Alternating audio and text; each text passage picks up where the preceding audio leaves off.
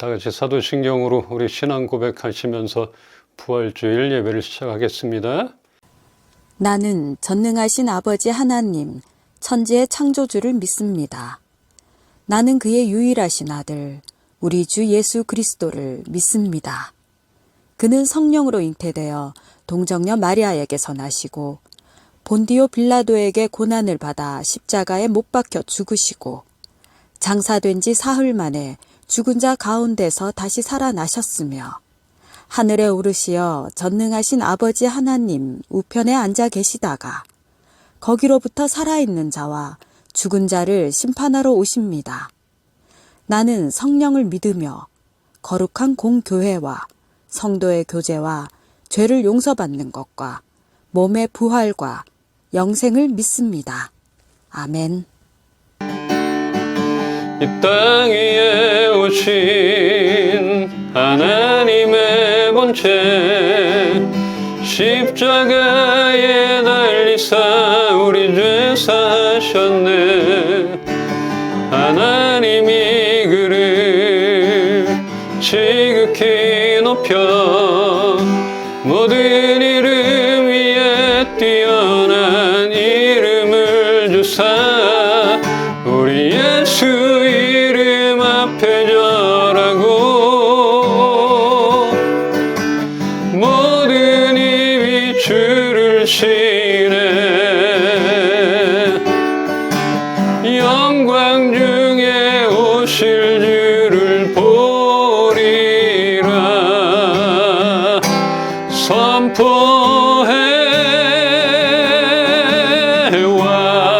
왕께 만세. 존귀와 위엄을 찬양해. 왕의 왕께 만세. 주 예수 하나님 우리 고대하네. 우리 고대하네. 주님 오실 그날 다시 사신 왕의 영광 이 땅을 비추네. 사단의 권세는 주 앞에 무너져 생명과 진리의 주 권세 가장 높도다. 우리 예수 이름 앞에 절하고 모든 입이 주를 시네. 영광 중에 오실 주를 보리라. 선포해 왕께 만세. 존귀와 위엄을 찬양해. 왕의 왕께 만세. 주 예수 하나님 왕께 만세. 왕께 만세. 존귀와 위엄을 찬양해. 왕의 왕께 만세. 주 예수 하나님. 할렐루야. 우리 하나님께 박수로 영광을 돌리십시다. 하나님. 아멘. 주님의 이름 그 권세를 의지하며 나갑니다.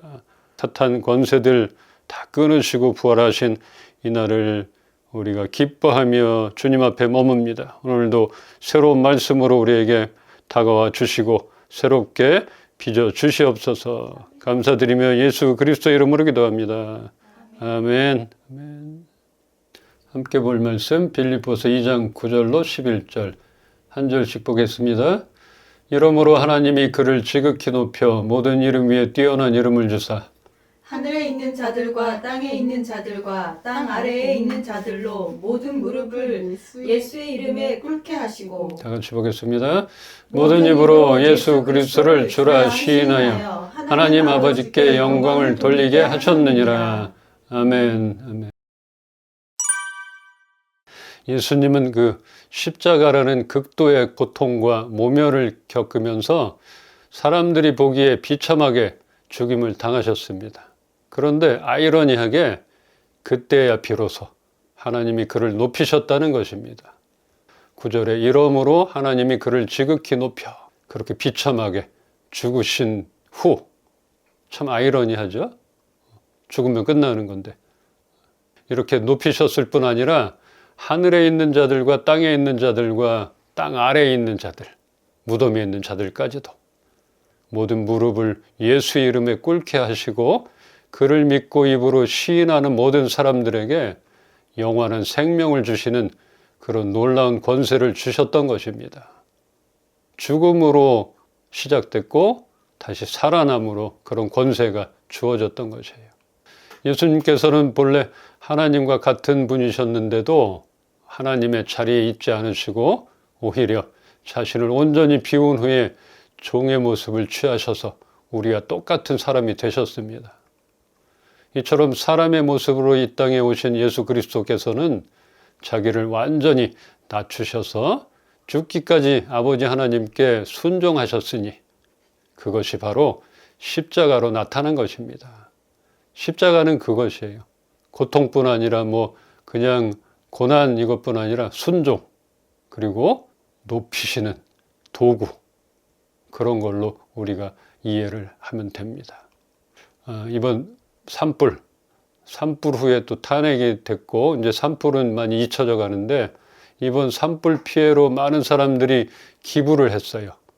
자발적으로 기부를 하고 막 그랬잖아요. 그런데 유명인들, 연예인들, 돈 잘 버는 사람들에게 너는 왜 기부를 안 하느냐? 저 사람은 했는데 너는 왜 안 하느냐? 손흥민한테까지도 이렇게 SNS로 올려서 너 왜 안 하느냐? 주급이 2억, 3억 되는데 왜 안 하느냐 이랬대요. 얼마 정도는 해야지 이렇게 SNS를 통하여 푸시를 했다고 합니다. 그 중에는 우리가 알게 모르게 평소에도 기부의 삶을 살고 있는 그런 사람들이 있는데 결국은 내가 얼마를 했다는 것을 말해야 알려야만 하는 그런 세상인 것 같습니다. 손흥민이 자주 기부해요. 또 아이유도 그렇고 근데 우리가 알 정도면 알려진 거잖아요. 근데 모르는 사람들도 분명히 있을 거 아니에요. 그럼 그 사람들은 어떻게 해야 돼요? 억울하잖아. 그럼 알게 해야 되는 것이고. 모르면 억울한 일을 당하고 바보 같고 알려야 되는데 알리면 자기 자랑 같고 이런 세상이에요. 근데 이렇게 안 하느냐 하느냐 이렇게 파니까 했는데도 이런 소리를 이런 문자를 받으면 엄청 억울하잖아요. 참 그런 것 같아요. 겸손하다는 것은 어떤 것일까? 우리가 겸손하기를 원하고 있잖아요. 나 겸손하기를 교만하기를 원하는 사람은 없잖아요. 겉으로는 겸손한 척 하려고 애써 보지만 속으로는 우리 안 그렇잖아요. 누군가 내가 한 것, 내가 누구인지 나를 알아주기를 바라게 되는 것이 당연한 것 같습니다. 알아주지 않으면 서운하고 또 억울한 일 당할 수도 있고 말 안 하면 오해를 받게 되니 옆 사람 이렇게 옆구리를 툭 쳐서라도 내가 했다는 것을 좀 알게 이렇게 만들기도 할 때가 있는 것이에요. 내 입으로는 못하지만 툭툭 치는 거예요. 그렇게라도 알려줬으면 이런 바람이 사람에게는 조금이나마 있는 것 같아요. 근데 우리 예수님을 보면은 아무 말이 없었다. 억울해도 아무 말이 없었다.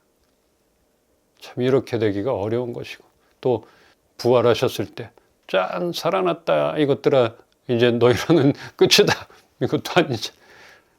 살아난 것도 우리를 위하심이에요. 이런 겸손은 없는 것이죠. 세상에는. 하나님의 방법, 이 방법은 완전히 다른 것 같아요. 이렇게 하나님은 완전히 다른 방식으로 우리를 드러나게 하시고 우리를 온전하게 세우시고 그때야 높여주시는 것들, 이런 것들을 보게 됩니다. 완전히 낮아지고 죽어질 때야 비로소 들어 세우시는 그 하나님의 섭리를 우리가 기억하여 우리 모두 겸손하다 인정받게 되기를 바랍니다. 지난 탄핵도 이거 얘기 안 하면 안 되잖아요. 지난 탄핵 판결 때 헌법재판관의 그 뒷얘기가 회자되고 있습니다.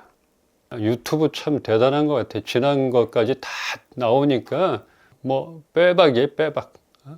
그가 임명될 시기에 그 청문회 때 공금 뭐 1, 20만 원 그 출처가 불분명하다고 의원들에게 질타를 받는 그런 영상을 보게 되었습니다. 근데 그때 신고한 그분의 재산을 보니까 3, 4억 정도라 그래요. 작은 아파트 한 채 있고 뭐 차 한 대 있고. 근데 공직생활 법관으로서 한 27년 됐다고 하는데 근데 그분 재산이 이게 몇 년 전이지만 3, 4억 정도다. 그러니까 어떤 당에서는 존경합니다. 이렇게 깨끗한 분은 처음 봤습니다. 이런 사람들도 있고 또 반대되는 그 당에서는 이 10몇만 원 이 영수증 어디 있느냐? 응? 이거 왜 이렇게 했느냐? 그랬더니 이분이 그때는 이거는 증빙은 이렇게만 해도 됩니다. 그렇게 나와 있습니다. 그리고 뭐 옥신각신 하더라고요. 그러면서 하도 억울한지 제가 사비로 100만 원도 여기다 넣은 적도 있습니다. 뭐 이랬다는 거야. 그를 청문하는 국회의원들 그들을 보니까 그들의 재산은 그 재판관 후보자보다 수십 배가 많을 것인데 누가 누구의 청렴도를 청문하는지 참 답답하다. 이런 생각이 들었어요. 댓글들도 보게 됐고 지금 단 사람들이 많죠. 몇 년 전에 단 사람보다는 지금 단 사람들이 많아. 웃기고 있네. 이렇게 단 사람들. 뭐 그냥 단지 재산만으로 판단을 할 수는 없겠지만 그 재산 형성 과정 가운데 불법적이지 않고서는 불가능한 그런 재산을 축적한 사람들이 있잖아요. 뭐 50억 클럽 뭐 이런 것들 그냥 월급으로는 모을 수가 없는 거잖아요. 그러니까 재산이 공직자들은 이 정도면은 청렴하게 살았구나 이런 척도가 될 수밖에 없어요. 그런데 국회의원들 뭐 장관급들 보면은 100억, 200억, 뭐 몇십억 이런 걸 보니까 가능할 수가 없는 거죠. 그냥 주식이든 아니면 땅이든 그러면 땅이 그 사람들만 올라가나? 정보를 얻는 것이지. 그 불법적인 게 다 있을 수밖에 없어요. 참 이런 것들을 보게 됐습니다. 그러기에 재산을 보면 청렴도가 어느 정도는 가늠되리라 여겨집니다. 이분 얘기가 자신은 가난하여 독지가 후원자 그를 통해서 장학금을 받지 않고는 공부를 할 수가 없었는데 그렇게 해주신 그 은사님의 은혜에 감사하여 은혜를 갚는 마음으로 살아간다. 이런 고백을 했고 또 보통 퇴임을 하면은 이름만 걸어도 수많은 어마어마한 수익을 낼 수 있는데 그러지 않겠다고 하더라고요. 참 그 부인은 답답할 것 같아요. 어? 본인은 청렴해도 답답하리라 생각이 됐습니다. 근데 훗날에 그랬던 그 사람이 공의롭게 높은 사람을 재판하고 있는 것을 보면서 그분이 신앙이 있는지 아닌지는 모르겠지만 하나님은 공의와 정의를 행하며 겸손함을 나타낼 때 높여주신다는 것을 보게 되었습니다. 이건 겸손인 것 같아요. 돈 앞에 겸손할 수 있고 사람 앞에 겸손할 수 있고 근데 모델이 되었다는 것이죠. 이분, 그 독지가 그 책이 또 어마어마하게 팔린다 그러네. 그 다큐 영화가 지금 또 역주행하고 있다네요. 이렇게 아무 소리 안 하고 내가 떠들지 않아도 드러날 때가 있는 것이라 생각이 됩니다. 그래서 오늘 본문 말씀처럼 하나님은 죽었을 때, 죽어졌을 때 지극히 높인다는 것. 하나님의 방법은 우리의 방식과는 다르다는 것. 이것을 보게 되었습니다. 참 답답하지만 우리가 겸손해진다는 것 좀 어렵고 억울하지만 하나님이 아시고 하나님이 높이 들어주실 것이니까 그것을 우리가 기대하고 무너지지 맙시다. 작은 것에 불의에 타협하지 맙시다. 뭐 미련하라는 건 아니에요. 법은 타당하고 공의로워야 하지만 사람마다 달라지는 그게 문제라는 것입니다. 일단은 사람은 알아주지 못할 수 있지만 하나님은 알고 계시다는 것. 또 때가 되면 높여주신다는 것. 그게 하나님의 방법이라는 것들을 우리가 알기를 소망하고 예수님의 생애는 낮아질 대로 낮아지는 그런 삶이었습니다. 자신이 가진 그런 신적인 특권을 자신의 이익을 위하여 행사하지 않으신 예수님. 그 군대를 쫙 보내가지고 저거 쓸어버리면 되잖아요. 로마 병정들 훅 불어주면 되잖아요. 그 신적인 특권을 절대로 사용하지 않으셨대요. 본인을 위해서 사용하지 않으셨고 하나님께 순종하셨던 것들. 이것을 우리가 봤습니다. 그런 예수님. 죽으심도 우리를 위함이요 다시 살아나심도 우리를 위함이라. 겸손하다는 것. 예수님의 겸손을 빼고서 말할 수가 없는 것입니다. 그분은 겸손의 왕이고 모델이 되는 것입니다. 제가 요즘 전철역 앞 그 벤치에 앉아서 지나가는 사람들을 보게 되는 시간이 종종 있는데 이것도 들은 사람은 왜 자꾸 저 목사는 길거리에서 사람들을 보나 그렇게 생각할 수 있는데 이렇게 관찰을 하게 돼요. 시간 될 때마다 보게 되고 참 분주하다. 어딜 또 저렇게 가는가 이렇게 보게 되는데 한 분을 봤어요. 몸이 불편하신 분이 전철역을 나와서 걸어가시는 모습을 자주 보게 되었어요. 퇴근 시간이라 직장에서 일을 마치고 퇴근하시는 것 같은데 그 전철역에서만 만난 게 아니라 저기 좀 떨어져 있는 아파트 단지 뒤쪽에서도 제가 거기까지 걸어오시더라고요. 그러니까 한참 꽤 되는 거리를 그 불편한 몸으로 지나가는 것을 또 보게 되었습니다. 그분을 보면서 금방이라도 넘어질 것 같아서 안쓰럽기도 하고 참 열심히 움직이시는구나 이런 생각이 들었습니다. 우리가 걷기도 하고 뛰기도 하고 이렇게 움직일 수 있다는 건 너무나 감사한 일입니다. 뭐 장애를 가진 분이 그분만은 아니겠지만 자주 보게 되니까 새롭게 감사하다 이렇게 고백을 하게 됐습니다. 그러면서 우리에게 영원한 삶이 없다면 얼마나 허무할까 이런 생각이 들었습니다.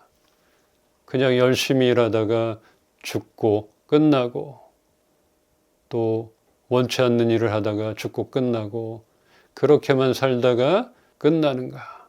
이렇게 그들에게나 우리 모두에게 한 번으로 끝난다면 얼마나 허무할까 이런 생각이 들었어요. 우리를 영원히 살게 하시려고 예수님은 다시 살아나셨고 우리를 의롭게 여기셔서 영원한 하늘나라로 이끌어 주셨습니다. 부활은 이렇게 어마어마한 미라클, 기적인 것입니다. 영원한 삶이 없었던 우리들에게 영원한 삶을 주셨던 것이에요. 그래서 이 부활절, 부활의 의미가 큰 것이에요. 중요한 것이라는 것입니다. 죽고 끝났으면 아니죠. 부활절의 의미, 더군다나 고난을 통해서 부활이 이루어졌다는 것들, 이런 것들을 잊지 않기를 소망합니다. 골로새서 1장 20절 말씀을 보면서 정리하겠습니다. 시작.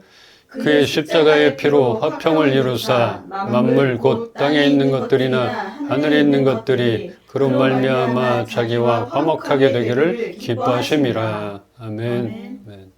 예수님의 부활은 하나님과 인간 사이의 그 죄의 장벽을 허문 완전한 화해를 의미합니다. 부활함으로 하나님과의 사이에 장벽이 없어진 것이에요. 이렇게 예수님의 부활은 하나님께 가까이 갈 수 없었던 우리들에게는 너무나 크고 놀라운 은혜인 것입니다. 우리는 이 세상에서 주어진 삶을 감사하며 열심히 살아야 합니다. 그리고 지금도 하나님과 우리 사이에 죄의 장벽을 다시 세우려는 그 사탄의 속임수에 넘어가지 않아야 하는 것입니다. 그렇게 살아가야 하는 것이에요. 이제는 두 번의 십자가는 없을 것입니다. 또 예수님이 고통받고 십자가에 돌아가시고 이렇게 너희를 위해서 내가 다시 또 살아났다. 이런 일이 없는 것이에요. 이제는 심판만이 있는 것이에요. 이것을 잊지 않기를 소망합니다. 아무런 흠도 없는 하나님께서 연약하고 교만한 우리들의 지난 과오를 전혀 기억하지도 않으시고 화평의 손을 내미셔서 사랑의 품으로 이끌어주신 이 부활의 기쁨이 우리의 삶 가운데 가득하기를 주님의 이름으로 축원합니다. 축원합니다. 아멘. 우리 옆 사람한테 선포합시다. 주님 부활하셨습니다. 주 예수 그리스도의 은혜와 하나님의 사랑과 성령님의 교통하시고 지금도 살아 역사하심이 이 부활의 기쁨과 은혜에 감사하여 열심히 하나님의 제자의 삶을 살아가기를 소망하고 선포하는 우리 인빛교회 식구들 머리 위에 이제로부터 영원토록 함께 계시기를 축원하옵나이다. 아멘. 아멘. 부활절 성찬 예식을 시작하겠습니다.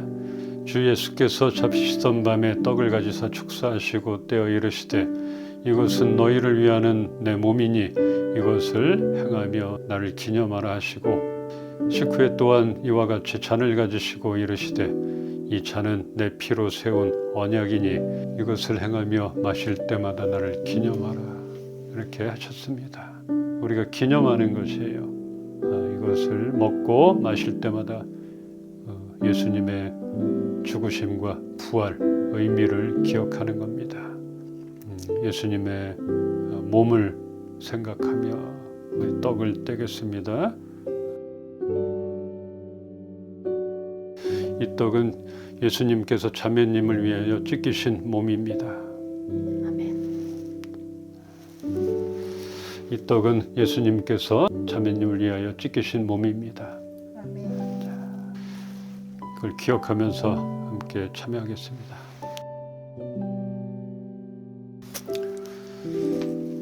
이 잔은 예수님께서 자매님을 위하여 흘리신 보혈입니다.